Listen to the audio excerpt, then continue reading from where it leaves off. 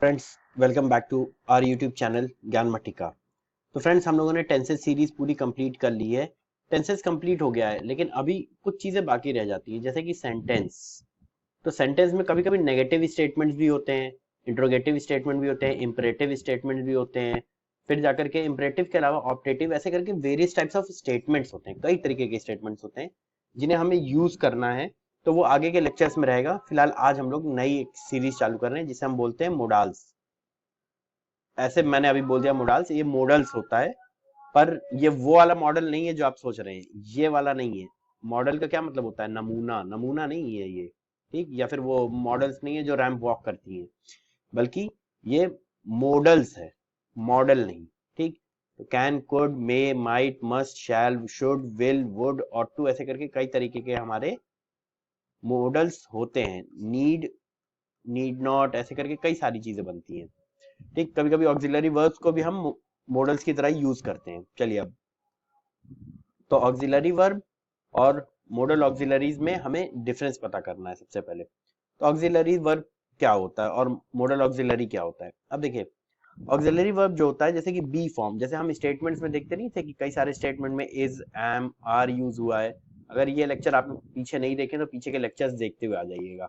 Is, am, are, was, were, had, have, has, ऐसे कई तरीके के स्टेटमेंट में ये सब वर्ड्स यूज होते थे। तो ये सब जो यूज होते थे ये ऑक्सिलरी वर्ब होते हैं। ऑक्सिलरी वर्ब मतलब ये आपको बताते हैं कि कौन सा, जैसे कि मैं ये लिखता हूं ना कि मैं, मान लीजिए मैं पढ़ाई कर रहा हूं, मैं पढ़ाई कर रहा हूं। ठीक?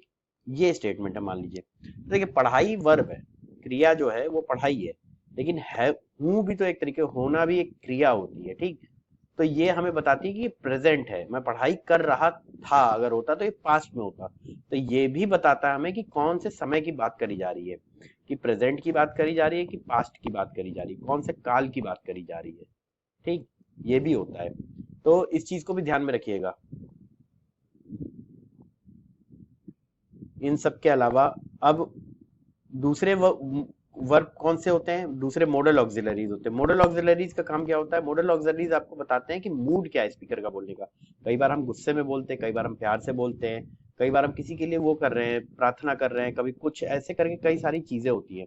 तो मॉडल ऑक्सिलरीज एक्चुअली किस चीज के लिए यूज किए जाते हैं? वो यूज किए जाते हैं मूड बताने के लिए, कि किसी का क्या मूड है, कैसा वो, दिमाग में उसके क्या चल रहा है, किस तरीके से वो बोल रहा है बातों को।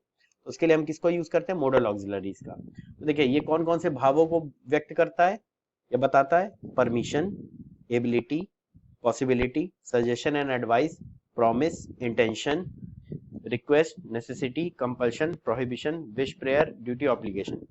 ये सब चीजें जो होती हैं, ये सब बताई जाती हैं किससे? मोडाल से। ठीक?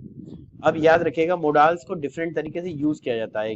कभी मतलब अभी जब आप डायरेक्ट इनडायरेक्ट नरेशन पढ़ेंगे, या फिर कई बार वो भी पढ़ेंगे, क्या कहते हैं, एक्टिव पैसिव, तो उसमें डिफरेंट तरीके से यूज किया जाता है, और कई बार उनका फॉर्म बदलता भी, नरेशन में तो फॉर्म ही बदल जाता है कई बार। तो ये सब चीजों का भी हम ध्यान रखेंगे। तो ये आगे के चैप्टर्स में कंप्लीट होगा, जब हम एक्टिव पैसिव पढ़ाएंगे या फिर डायरेक्ट इनडायरेक्ट को कवर करेंगे, तब जाकर के उस बारे में भी डिस्कस किया जाएगा। तो चलते हैं, पहले हम शुरुआत करते हैं कुछ मोडाल से समझने के लिए, और फिर जाकर के ऐसे करके कुछ कुछ एग्जांपल देते जाएंगे और उनको समझाते जाएंगे। अब मे और माइट, मे और माइट किस चीज के लिए यूज होते हैं? मे और माइट यूज करते हैं किसी चीज को बताने के लिए, कि आपको मतलब किस चीज का भाव है आपके अंदर। कि जैसे कि कई बार क्या होता है कि हम लोग पॉसिबिलिटी के लिए बोलते हैं, या फिर परमिशन के लिए। बचपन में हम लोग बोलते नहीं थे, ma'am may I go to toilet, ठीक, may I go to drink water, ठीक, ऐसे करके। तो ये परमिशन मांगना होता था ना, तो परमिशन के लिए भी यूज होता है। तो देखिए, इस तरीके से स्टेटमेंट होता है, मे आई कम इन मैम। ठीक? पॉसिबिलिटी के लिए it might rain, it may might. अब मे और माइट में डिफरेंस क्या है?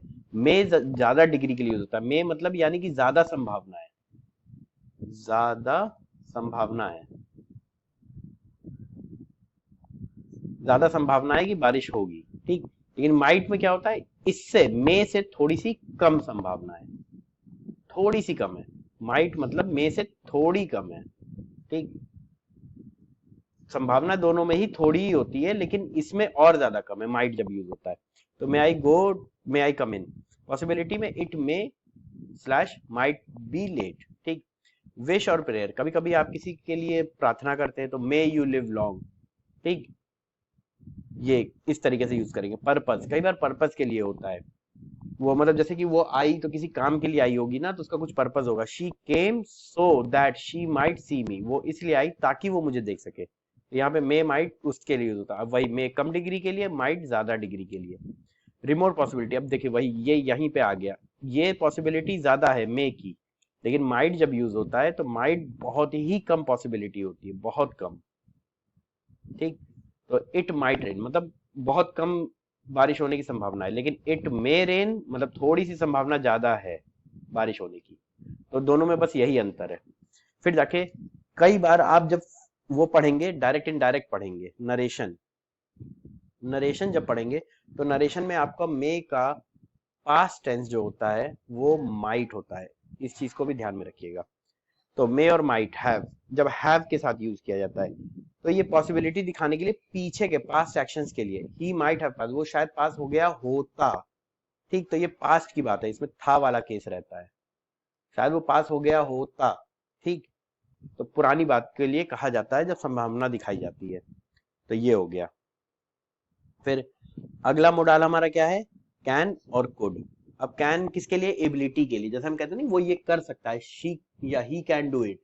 ठीक, तो she can write a letter, वो एक चिट्ठी लिख सकती है। कैन फ्यूचर में विल इस्तेमाल करेंगे, she will write a letter, she shall write a letter, जब आपको फ्यूचर में बोलना हो यही बात। पास्ट में कुड यूज करेंगे, she could write a letter, मतलब पुरानी बात अगर कर रहे हो, पास्ट की बात कर रहे हो तो। परफेक्ट में क्या होगा, परफेक्ट में हैव बीन एबल टू, ये इस्तेमाल होता है। ठीक है, she have been able to write a letter.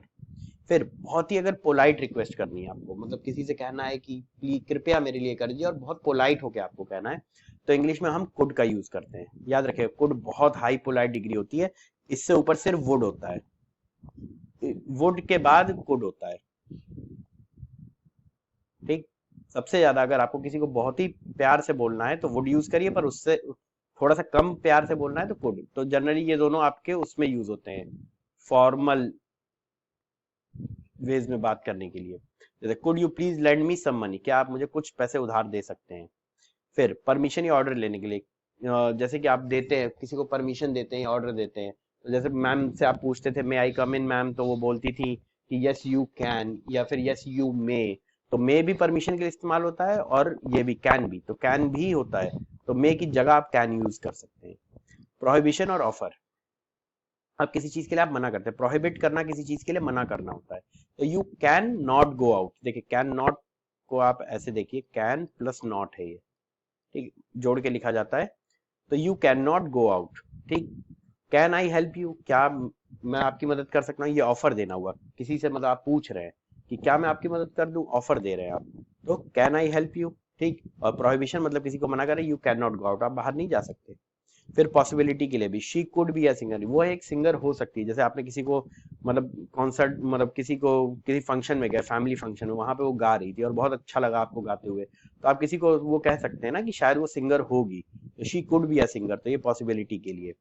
फिर जाके कैन कुड के साथ हैव यूज होता है, तो फिर याद रखिएगा कुड पास्ट में यूज होता है, ठीक, और कैन प्रेजेंट में यूज होता है। लेकिन ऐसा नहीं है कि कुड प्रेजेंट में नहीं यूज हो सकता है, लेकिन जनरली हम इसको नरेशन में यूज करते हैं उसके लिए।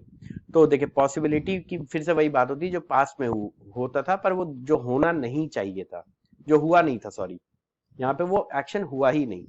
He could have died in accident, वो एक्सीडेंट में मर सकता था, मतलब मरा नहीं है, मर सकता था। उस केस में जब बोलते हैं तो कुड हैव लगाते हैं। लेकिन पीछे के उसमें देखिए कि पास्ट एक्शंस को दिखाने के लिए ही माइट हैव पास, वो शायद पास हो सकता था, इसमें भी वही चीज है कि शायद वो पास हो गया होता। ठीक, तो दोनों में वो एक्शन हुआ नहीं है, हो सकता था। ठीक, अगर उसमें मतलब कुछ और कॉन्सिक्वेंस बने होते तो ये लेक्चर कंप्लीट होता है। अगर आपको ये वीडियो पसंद आया तो लाइक करिए, कमेंट ड्रॉप करिए, शेयर करिए अपने दोस्तों के साथ, उन्हें बताइए फ्री लेक्चर्स के बारे में, सब्सक्राइब करिए चैनल को और बेल आइकन दबा दीजिए ताकि आप नोटिफाई हो जाए जब भी हमारा कोई वीडियो आए। और टेंसेस सीरीज को देखने के लिए लिंक डिस्क्रिप्शन में दे रखा है। Thank you.